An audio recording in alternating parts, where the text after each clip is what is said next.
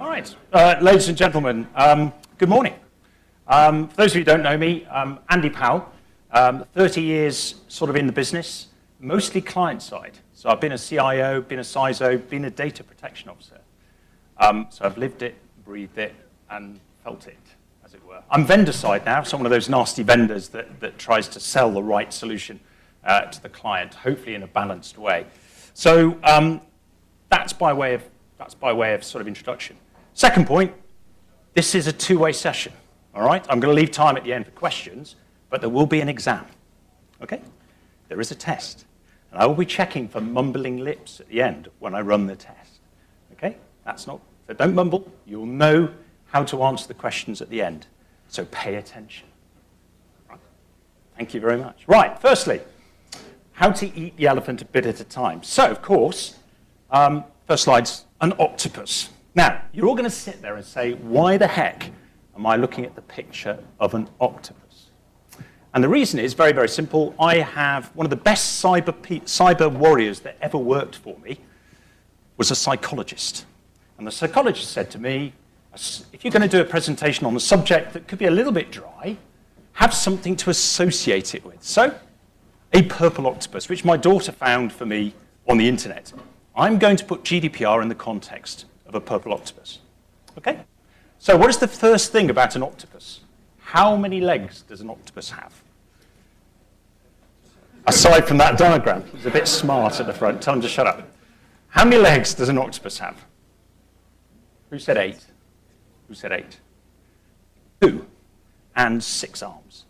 So that's the first point I want to make. Everything on the surface you might think is obvious, but it's not. Okay? There are only 6, by the way, in this particular diagram, which he spotted, but I'll explain why in a second. Now, GDPR. I'm going to come on to the octopus in a second, but remember, purple octopus. Okay? 3 things I want to get across. I'm going to simplify what GDPR really means, okay, in simple language, and it's one slide that will summarize GDPR and the key changes that are coming along in May 25th next year. All right? But actually, it's not May 25th next year, it's starting now. And I'll explain why it's starting now, and people should be slightly worried. The second point is, I'm going to look at the threat. And the first thing, you're all sat in the room going, oh, the threat's the hacker, isn't it, in GDPR? No. There are actually 3 forms of threat around GDPR that I'm going to go into and bring you up to speed on. Okay? It's not just the obvious threats to GDPR that you need to think about. And then thirdly, I actually have and remember this for the exam. There are 4 key words I want you to remember. Okay? Build, watch, proact, react. Remember those 4 words, because there will be a test. All right? As we go through. And finally at the bottom, and this is the key takeaway for the presentation today, there is no silver bullet to GDPR. So all of those snake oil salesmen who are going around selling you that super product that will make you GDPR compliant, and excuse my language to the globe, it's bollocks. All right? There is no single box that will fix GDPR. It's very simple. It's discipline. It's a proper approach. It's across many areas. And it's not difficult. All right? That's the key message. It's not difficult. It's just discipline. All right? So remember that, because that's also in the exam at the end. So remember these things as we go through. All right, purple octopus. You will remember GDPR because of the purple octopus. So let me just work through. This in a slide is taken really from the ICO's website. Anybody's been to the Information Commission Officer's website, it's really good. I would strongly, strongly recommend it. It's probably the best source I've seen so far of good advice around GDPR. So these are the key takeaways, plus some of the readings of the Brussels documents, which have been fascinating, but important. The first thing I want to point out are the 3 things in the middle that are the most important parts, the big changes. Transparency, accountability, and governance. At school, and remember this is a 2-way session, at school, what was the biggest single thing your teacher would tell you when you were doing an exam? That's a good point. Read the question. Anything else? Use time. Show your workings. All right. What is the biggest single change in GDPR? Show your workings. It is no longer a box-ticking exercise, as DPA was. Okay? This means you're audited. You need to demonstrate a process. You need to demonstrate an approach. It's not a simple tick in the box. You will be audited. So that's quite important. So transparency. Second is accountability. There will be, in certain sized organizations, a mandated requirement to have a data protection officer. Not somebody who does it 10% of the time on top of their day job, but a properly trained, appointed, and qualified DPO. Okay? And if anybody wants a career change, it's a great place to go, because there's a lot of money on offer at the moment for the right DPO. Finally, governance. Who do you think owns GDPR in a company? It's a two-way session. Who owns GDPR in the company? The board. Okay? So when you saw what happened in Equifax recently, and they sacked the CISO and the CIO first, finally the CEO has gone, I've just heard, which is good news. Who should have been properly accountable straight off? The CEO should have gone first. Okay? This is all about accountability at board level. And that's where the ICO's office has already made some very clear statements that they expect ownership. So if they're going to come and audit your company, where do you think they're going to go first to ask about governance? They're going to go straight into board level to make sure there's ownership of the problem. Because if there isn't, you'll be absolutely under the hammer straight away. Okay? That's quite key. And then right in the bottom of the octopus there are some very, very important things. So personally identifiable information. Quite important. Okay? The definition of what that is. Do you know how many companies do you think understand what the definition is of PII? If you ask them, what is personally identifiable information? Most of them don't know. That's quite scary. So that's the first thing I always go in when I go and speak to a client. Where is your personally identifiable information? Do you know what it is? Really important, because the key issue that's changing is consent, rights, and safeguards. And it's that box there that really matters. Okay, from a legal point of view, and by the way, I have to point out that bit there, Capgemini cannot give you legally binding advice, and I'll explain why in a moment. But the key issue is going to be around consent, rights, and safeguards. So GDPR was as much about the rights of access, the rights to be informed about your personal information. So when you do a transaction with a company, and you give them your personal information, this is now mandating the rights you have, you as an individual have, over the information you have given them about. That's the big change. That's the super change that's come in. And with that will come an ambulance-chasing culture. And I'll talk about that in a moment. Because, of course, the lawyers are very quickly onto this straight away. So in the future, if somebody screws up your legal rights to that information, guess what? The lawyers will be all over you as a company. That's the big change that's come in. And I see that as a threat. I'll talk about that in a moment. And an advantage, by the way. So these various rights, and they're all in those particular areas, are quite key. And as a company, or a responsibility of a company, is to be able to answer those individual requests in an appropriate time frame. You'll hear stories about 48 hours, a month, or whatever. An appropriate time frame. Okay? So if somebody asks you for their information to be erased, you don't spend 2 years and then eventually do it, okay, clearly. But you do it in a reasonable time frame. But more importantly, what do you think is important under the GDPR? You have to demonstrate a process to answer that request, enact that request, and then tell the person who asked it that it's been done. Okay, that's the key issue about showing your workings that will be critical going forward. All right, on that side. On the other side is about accountability. If you were to ask Andy Powell what I think is the biggest single risk around GDPR to a company, what do you think that would be?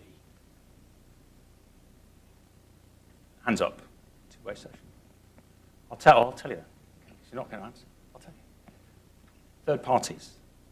The relationship between the controller, data controller, and the data processor. How many companies do you think work on their own without suppliers?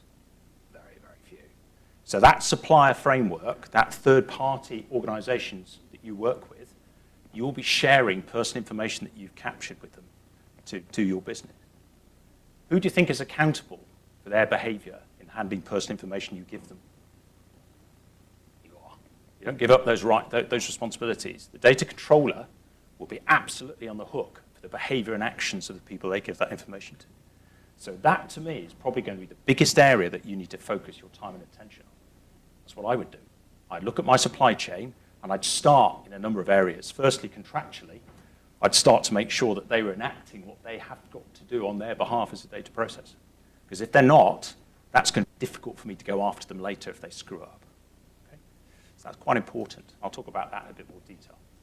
So that accountability piece is really, really key going forward. Really key.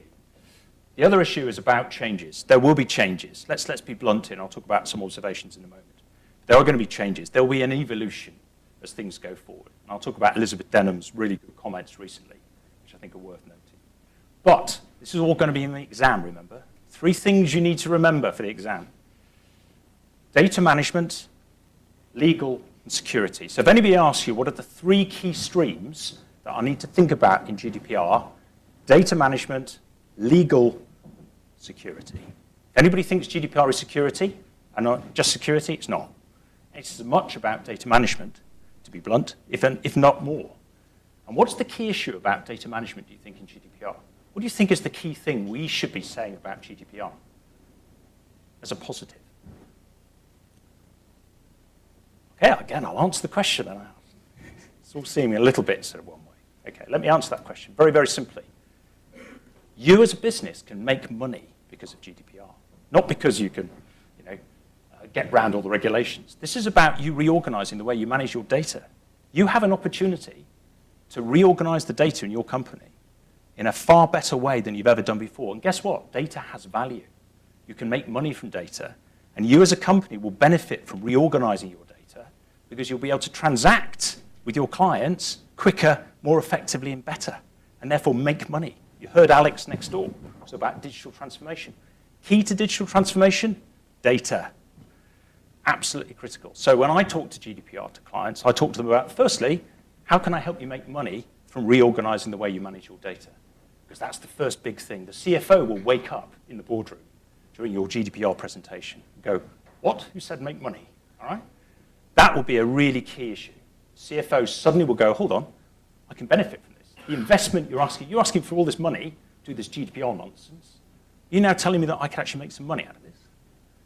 Okay? This is really important. So data management is quite key, as is security, right? But it's not security on its own. Now, let's be honest. When next year the regulations come in, do you think people who fail to answer an access request in 48 hours are going to be badly fined? Or do you think the people who've just lost a disk with 4,000 personal records on are going to be sort of more important? I'm sure you know the answer to that question. So, yes, security is probably going to be the key issue, okay, about securing that information. It will always be, because that's where the big hits will come. But remember, actually the enabler to GDPR is getting your data sorted out. And we'll talk about that. All right, so conscious of time, some of the comments. And these are really interesting quotes and good quotes. And Elizabeth's quote at the top is a really, really good one. I'm afraid there's a lot of scaremongering going on, and she's right. You know, nobody's going to, on day one, hammer the first bad person that comes along and fine them 4% of their gross revenue for the year. Okay? That isn't going to happen. Okay? There's going to be a staged approach, certainly in the UK. And of course, the UK is taking this into UK legislation. Okay? So there's no getting out of it because of Brexit. But Elizabeth's really clear on this. Let's stop the scaremongering, first and foremost. Okay? You're going to have a little bit of breathing room, but not much. Again, it's all about showing your workings. Okay? If you can show your workings, it's a bit like an exam. I was rubbish at exams. But if I did loads of workings that sort of notionally got to the right answer, I knew I'd get some marks. And I'd always get marks for that effort. And that's exactly what's going to happen in GDPR. Your efforts to show that you understand it, to show you're doing something about it, will be rewarded. But you've got to do something about it, not just tick a box. There's some other interesting comments that you can see there, and I think these are really quite powerful comments. But it's the one at the bottom which sort of brings it out. And I was speaking to Kieran Martin the other day from the NCSC. And the real issue, and he's right, there's a lot going on from vendors, snake oil salesmen, about that golden solution, that silver bullet. And I'll go back to what I said. I can re-quote it. It's bollocks, okay? There is no simple solution. It's about discipline. It's about the right approach. It's about doing it in the right way, okay? And he's right, which is I hate to agree with him. Right, so threats. And I touched on these threats earlier. What do you think the other threats are? And you can see the answer up there, so it's a bit unfair. aside from the obvious security threat from hackers and nasty people trying to steal data off you, what do you think the other threats are around GDPR? This is in the exam, by the way, so pay attention. Okay? Internal complacency, all right? And I'll tell you, this is why it comes back to discipline. And as a DPO previously in a large MOD organization, biggest challenge I had around complacency, okay, was, somebody else's job to look after that bit of, I've just created some personal information. I'm just about to move it somewhere and store it. That's somebody else's job to worry about whether I've done the right thing. Okay, everybody is responsible. But more importantly, you've got to generate the right behaviors in the company, okay, around personal data handling. Okay, so just dropping a bunch of files on a disk and taking it home with you, and then losing the disk amongst you. It's like disk. Am I showing my age now? Sorry. People still have disks. Okay, but taking that stick or that disk home with you, which by the way you shouldn't be doing anyway. Okay, I hate data sticks. But taking that home with you with personal information on, then losing it. Okay, everybody is responsible. Everybody's culpable. So it's complacency, and it's terrible. It is terrible. And when you do put in an education and awareness program, and we've done that with a number of clients, you get so much pushback. Oh, it's so intrusive. It's so interfering. I've got a day job. I'm trying to kill people. Why are you trying to bother me with looking after personal information? Okay? And those of us in that world remember that well. It's because, guess what? The impact of you screwing this up is significant now. It didn't used to be. It is now. But actually, more importantly, if you as an individual, are you going to trust the organization that allows somebody to walk around with your personal information on a data stick and take it home? Are you going to do business with them? Seriously? So this is coming back to the brand issue in a second. So that's the second threat. Third threat's the one I've already touched on. Okay, and I'm already seeing it now because I deal with a lot of legal firms. I'm dealing with a lot of legal firms at the moment who are getting into this space. People are waking up to the fact they have rights and will have rights from May next year. Rights they can earn money from. And the ambulance-chasing lawyers are already with them. Okay? So I sense there's going to be quite a growth in this market going forward. It's already started. So there is a threat from the fact that people aren't going to be blind to what they rightfully can get from you. So don't think people are going to be blinded by the science of this. They're going to know what their rights are, and they're going to come after you. So you need to be aware of that threat. So why? Right, personal data has value. There is a huge black market. You don't have to even go to the dark web to see the actual black market in personal data. The sell-on particularly would make Wall Street look amateurs. They've created an infrastructure in the bad guys' organization. There's an infrastructure out there they're even hedging. They're even running hedge funds on personal data out there. Would you believe that? But that's what they're doing. Okay? So this package of personal data that's suddenly been lost has huge value, not directly, but indirectly to a lot of people. They're making huge profits from selling this on. Okay? And because, of course, personal data runs our lives. It accesses everything we have and own. It is the new frontier, as my head of identity and access management will tell anybody. Identity is the new frontier of your network, of your organization. Identity controls everything you do in how you operate. If you don't get your identity management sorted out and you lose that personal information, you're screwed. That's why it's so valuable now and will become even more valuable in the next few years. Second point, and I talked about identity's new boundary. Rights awareness, I've already touched on that. People are going to be aware of their rights and they're going to test you. I would. I want to trust that if I've given my personal information to Tesco's, that they know how to do what I need to do with it and they're looking after it. All right? I would want to know that because my life is now dependent on them doing their job properly. When my life is dependent on somebody else, I get interested. Who? We talked about criminals. If anybody thinks this is all about, and by the way, I do a lot of cyber threat stuff. If you want to go and listen to me talk about this, I can at length. But the key issue is it's still criminal toe rags who are going after people, going after this information. Most of them pretty amateurish, but they've got good tooling now. Why? Because state actors have given them the tooling. Because it's cheaper for the nasty states to give proxies the tooling to go and take networks down on their behalf. And what's generally happening is that the Chinese, Russians, and other countries are clearly going in behind sometimes well-meaning do-gooders and exploiting those opportunities. But at the end of the day, it's all about criminality. They make money from your screw-ups. Very, very simple. That's how it works. and they don't need to hack. All right? 80% plus of how they get your stuff is through blackmail, coercion, or stupidity. And actually, you can do something about that. I'll talk about that as we go forward. There's maybe 20% of high-end hacking going on, but generally that's exploiting vulnerabilities and stuff that you've screwed up on by not patching. Okay? And generally, you haven't patched. And that vulnerability is exploited really well and really quickly with high-end tooling. Okay, so that's really important. Finally, we've talked about some of the other bits and pieces there. I've talked about employees, talked about the lawyers, like the impact on business. I talked about the positive. Let's not get away from the positive of this. This is a great opportunity for businesses to finally get the investment in the way they manage their data. Let's go after that. Let's think about that. And yes, there's a negative. And it is, I've been told not to use that final comment, by the way, that lose your job.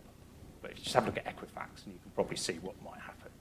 Okay, so the reality of life is brand destruction, lack of confidence.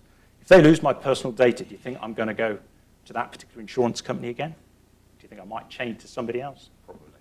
So brands will be destroyed really, really quickly, so that's quite key. All right, so I talked about the context of GDPR. I've talked about the various threats and various other issues. What I'm going to talk about now is an approach. And I've used this, for those of you who listened to my cloud security pitch last year will go, it's all a bit familiar, Andy. You know, same idea retreaded for GDPR. But the same principles apply. But what I'd like you to do is think about two streams in your head. Remember the exam at the end? Two streams in your head. Data management and security. Okay? So let's start with build. Okay? A lot of architects potentially in the room. Wouldn't it be better if you built in data management and security from the start in what you're doing and don't create legacy on a daily basis? That would be really good, wouldn't it? Wouldn't it be nice if the CIO and his gene-wearing, super-duper DevOps developers were all running around, would think about security and data when they were doing that? And if there are any DevOps folks in the room, I do apologize. I know you don't all wear jeans. But the reality is that it's those DevOps folks who can create your problem if they're not given the right architectural frameworks in the first place. All right? And it's not rocket science. And the reason for the medieval analogy is that our forebears were really good at this, much better than we are. Okay? The walls of a castle were deterrents. The real security of a castle was how they built it from the inside out. And they thought inside out. The keep of a castle was where all the critical stuff was stored. And guess what? If you think about architecture, where do you put your most precious data? That personal information, that PII. You put it in the keep.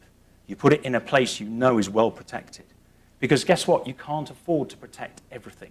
I can tell you that now. Much as I'd love to sell you solutions to protect everything, you can only really protect a certain amount. That keep is the analogy. So put that personal information where you know where it is, and you can protect it. And guess what? From a data management point of view, guess what else you can do? Access it quickly, easily, and effectively. You can develop the processes to answer an access request because you know where it is.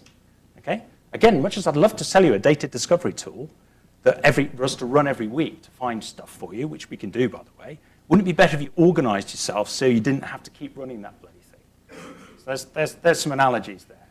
And that's quite important. So from a security point of view, small rooms, staircases, compartment your network. Okay? My pen testers and my forensics guys go in all the time, and 9 times out of 10, we find flat networks. So the bad people have got in, they've got one set of credentials, and they can go anywhere. Is that a bit crap? Yeah. So you really need to compartment your network and think, how do I put things in the right place? How do I access stuff and only allow access to the right information? Because the other biggest threat you've got to data GDPR is your Edward Snowdens. People inside the organization who have got access they shouldn't have, all right, who can go and download the stuff that they need and then walk out the building with it on a stick. Okay?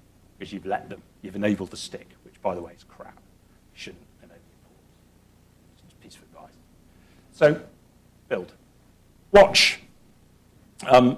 Reconnaissance is better than screwing up, I was once told in my military training. So, good reconnaissance always is a good thing. This is all about understanding the threat, but more importantly, understanding where that threat is coming from.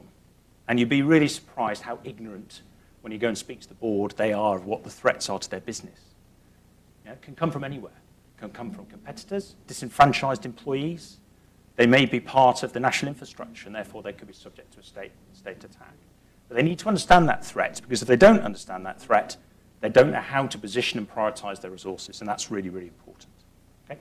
So reconnaissance is quite key. And in the medieval era, they were really good at this, because they knew who all their bad threats were, what they were up to. They kept a full eye on them. But where do you think they spent most of the time watching? In a castle. Do you think the sentries on a castle wall were looking out most of the time? No. They were looking in, because 80% of the threat is internal. And as I mentioned, disenfranchised employees, people who get coerced, bribed, give away the credentials, or take the information and sell it, because data has value. It's no different to money now. Think about it. Personally identifiable information is currency. So if there are people in your organization who are cheesed off, they're going to walk out the door with it. So what do you think you need to do? You need to have processes in place to control that. So that's important. Proact. Castles were built with notice, not many trees near, moats, various things. What they were trying to do is create a clear field of view. That's preparation. And I will call it the 7 Ps later. It's a military definition of prior planning and preparation prevents piss-poor performance. Okay? What they're trying to do here is ensure that they get full visibility of what's going on. The analogy here is cyber hygiene. Okay? Train your people, educate them. It's not hard, it's not expensive to have those programs. And yes, you can have those wombat type capabilities, which when somebody opens an attachment, they get taken to a re-education site and have their credentials taken away. All right? So that is really important. And sorry, let's go back one. And React, before I come on to the last few. React. One of the big areas that Elizabeth's going to, and the ICO is going to concentrate on next year is going to be breach management, because it will happen. Okay? So if something is lost, and bear in mind, of course, GDPR applies to paper records. So in the attic of your office, there will be paper records from many years past. And do you think they are subject to GDPR? Yes. So guess what? You've got a lot of threats. You're going to have a breach. And if you have a breach, how you react to the breach is as much about preventing it in the first place. If you react correctly, show the right processes, do the right things, externally and internally, you'll be okay. I can't imagine the ICO is about to whip the person who does the right thing. Okay, they're not. I wouldn't. Okay, so React is key, and test and adjust. There will be changes. GDPR will change. The regulations are going to move on. You as an organization need to be ready for those changes. So you need to have that structure in place, ready to see what the next series of changes are, because the scope of PII may change. It already has. Because IP addresses associated with your name are now PII under the new definition. IP addresses associated with your name is PII. Okay? Just remember that. So I've already touched on these, and conscious of time, and I want to leave a little bit of time for questions and the exam. These are the key things that I've just gone through in a bit more detail. Okay? These slides are available. You can go through them. Talked about the 7 Ps, about prior planning and preparation. It's about discipline. It's about process. It's about thinking